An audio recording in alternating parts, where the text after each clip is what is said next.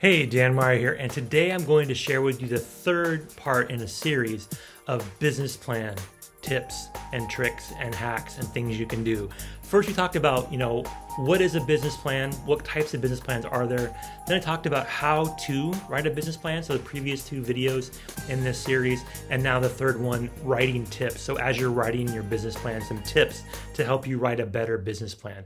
And again, a shout out to Jessica Cruza, who is the one who put together the original document behind this, as well as the PowerPoint you're seeing now. So basically, there are 5 tips that I'm going to share with you today, right? So know your audience, show your work, make sure you understand your market, think about the competition, and be realistic. These are the 5 things that you have to do in your business plan to really make it stand out. Now, you have a business plan that you're using to help you guide what you do, to attract people to work with you, to partner with you, and to invest in you.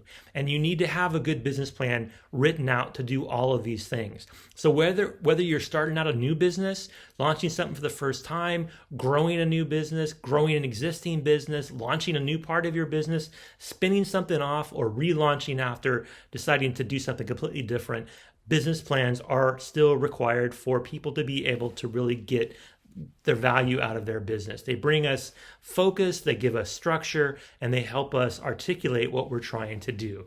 Like, this is again based on my experience. I've spent the last 10 years setting up different businesses. I've set up 5 businesses of my own, as well as a 6th one coming soon.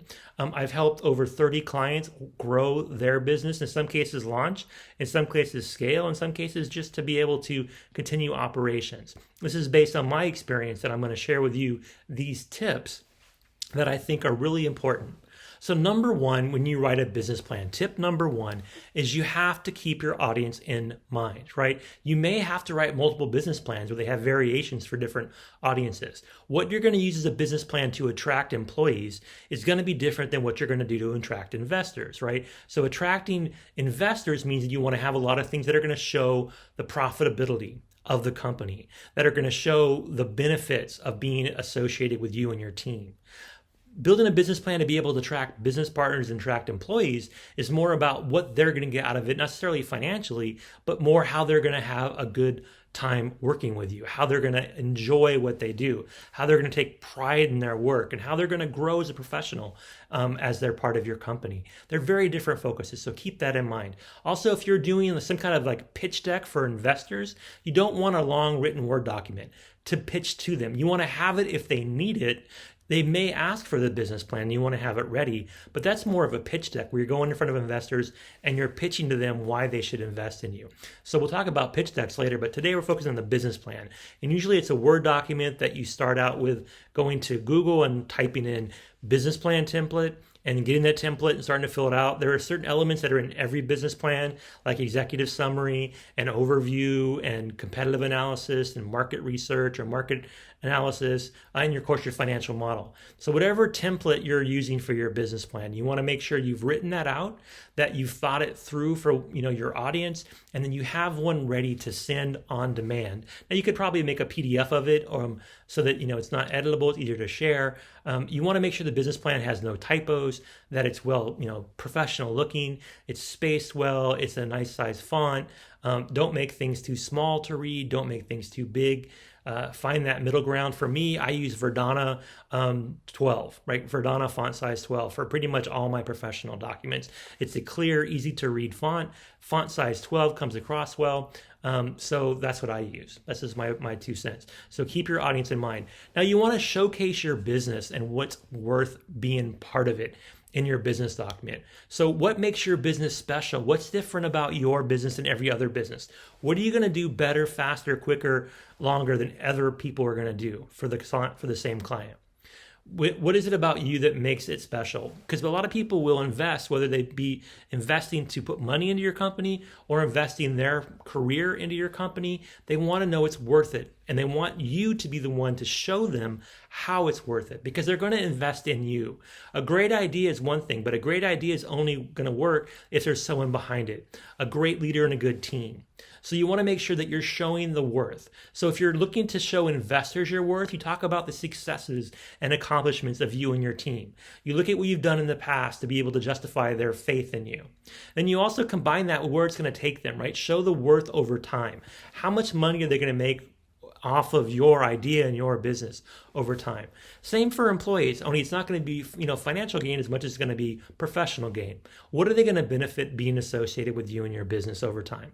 What is it about you that's special, and why should they join you on your journey? You want to have a lot of language that's uplifting and empowering and positive when you talk about how to showcase your business in this section. So this is really going to start in your high-level summary or executive summary. There should be a couple words that show optimism and growth and potential. And then you want that to feed into your company profile or company overview, where you talk about how you're bringing together great people and you have a lot of talent and you have a big idea and you have big goals and you want to really get everyone together to achieve things. It's very promissory in a positive way, very optimistic, very forward-thinking.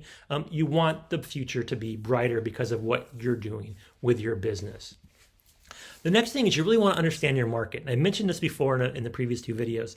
Understanding your market is super important. You have to know who you're going to sell to and where they live and how they shop and how much money they have and how you're going to deliver things to them and how they're going to find you, how you're going to market to them. All these things have to be thought out beforehand. The best product, if it can't find a market, will wither. Right? No matter how great your idea is, if you can't get it to market, you're going to be in trouble. So you want to spend some time doing some nerd stuff. You need to either yourself or hire someone to do it for you to dive into the data and understand at a zip code level where your customers live. Look at census data to be able to figure out where people are based on their demographics, right? Who is your ideal customer? How old are they? What is their race? What is their gender? What is their social economic class? What is their education background? What is their employment status? You need to know those things at a large level and find out where they live and where they shop. If you haven't done that, then your entire business plan is basically a house of cards. You've got to have that piece in there to demonstrate that you know what you're talking about, that you're going to be able to make money because you understand the market. So don't just dive in and start doing something, understand it. I talk to a lot of people that are coaches and trainers, and they do a lot of things where they have a ton of competition and they're not really doing a good job at making themselves unique in the competition to be able to stand out to that market. And they're just one name in hundreds of names of people that do things like health and wellness coaching or mindset coaching. How do they separate themselves from the pack? A lot of them don't ever really look at the competition and they don't understand the market. So that's the second part, is don't ignore your competitors, right? You want to look at competitors first and foremost to understand their pricing models, because you want to see what people are used to, right? You don't want to charge something that's way too much or way too low. You want to find something that makes sense. And you want to look at how other people are not just making money, but how are they accessing their clients? How are they communicating with their clients? You want to sign up for your competitors' newsletters. You want to shop your competitors' stores. You want to get in there and figure out what they're doing and get best practices and make sure that you're not going to be taken by surprise when somebody's doing something better than you. You want to see it ahead of time, right? So thoroughly know your competition, know their pricing, know their delivery methods, know the pros and cons, mystery shop them, have an analyst or a VA go out and look for data and put it into a spreadsheet. You should have a spreadsheet showing how much you charge for what product, how you deliver it, how people access to it. Should have your website, should have all your social media links, and then compare that to a couple competitors and see if you have any gaps. See what your strengths are, highlight those strengths, see what your weaknesses are, highlight those weaknesses, right? Promote your strengths and fix your weaknesses, right? You want to be able to do that by knowing the competition.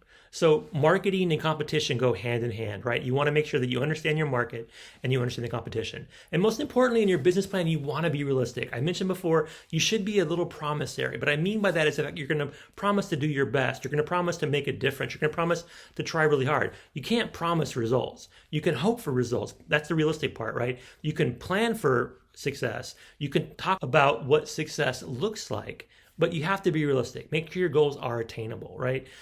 Give yourself time to grow. There's a tried and true metric out there that most small businesses fail. Bottom line, most entrepreneurs fail. Bottom line, there's data out there that shows that, basically, if you're not making a profit by the third year, you're probably never going to make a profit. And it takes a lot of companies to get to a profitability around the third year. So there's a lot of things out there that you want to be realistic and mindful of. And you can put some of those into your business plan, especially your financial model. Your financial model, you should have a best case, a median case, and a worst case. And your worst case should show what happens over year one if you don't make a lot of money. Can you still sustain yourself into year two? Can you sustain yourself into 3 years without making a ton of money? Can you break even?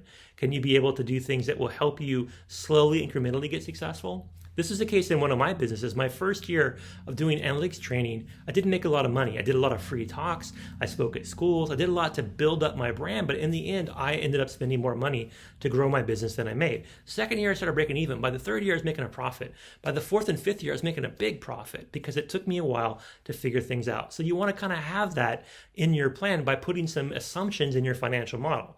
Assumptions are that you're not going to be able to really be super successful because it can take a while to understand the competition, to get your name out there, to become, a name brand in your field, to make sure your product's got a lot of testimonials and reviews, to make sure that your service you're providing is being shared by other people. You have influencers engaged based on your track record. There's a lot of things that you can do to help become more successful. And that's the things you want to kind of build in to the tail end of your financial plan. So you're being realistic. So if you have questions about these things, if you're not sure exactly how to go about accessing the data you need for your market analysis, or you don't have a time to go out and do a lot of competitive analysis, or you're not sure what to do to actually make things sound more realistic over time, if you need help with the financial model, let us know. We can help you at Sonic VA. I have VAs that can do those things for you. And we can also help you figure out how to, most importantly, probably the last thing I'll mention, is identify risks, right? As you have other eyes on your business plan, other people looking out for you and what you're doing, they'll see risks. Are you going into a hyper-competitive market? Do you have a product that's just out of date or it's not? Do you have a problem with your product? Is it this not going to be able to resonate? Is there something missing? Is there something that other people were doing so much better, it'll be really, really hard to top them? We can identify these risks for you. So whatever you need in your business plan, let us know. Reach out to sonicva.com and we can do things for you to help do the research. We can also help you market your business and promote your business. We can do things like help you set up a YouTube channel. We can help you on your social media. We can do business page stuff. We can help you with Facebook ads. We can help you do different research and social media management. We can help you do all kinds of things to get you booked on podcasts. We can help you promote your book. Whatever you're doing in your business that you need help with, we can help you do it. So we want you to focus on what you do best and hire us to do all the rest. So that's my talk for today. I hope it helped. I just wanted to give you those tips on business plans. So this was the third of 3 parts for business plans. So think about the kind of business plan you want to write. Get out there and find some examples, some templates, ask some experts. Then write the plan, share that with a few people, get some feedback, make sure it's polished and professional, load it with some of the tips that I talked about today, and boom, you're going to have a business plan that you can get out there and you can share to investors, to business partners, and to potential employees that are going to help you be more successful. So I want to thank you for your time and I encourage you to go out there and make an awesome business plan. Have a great day.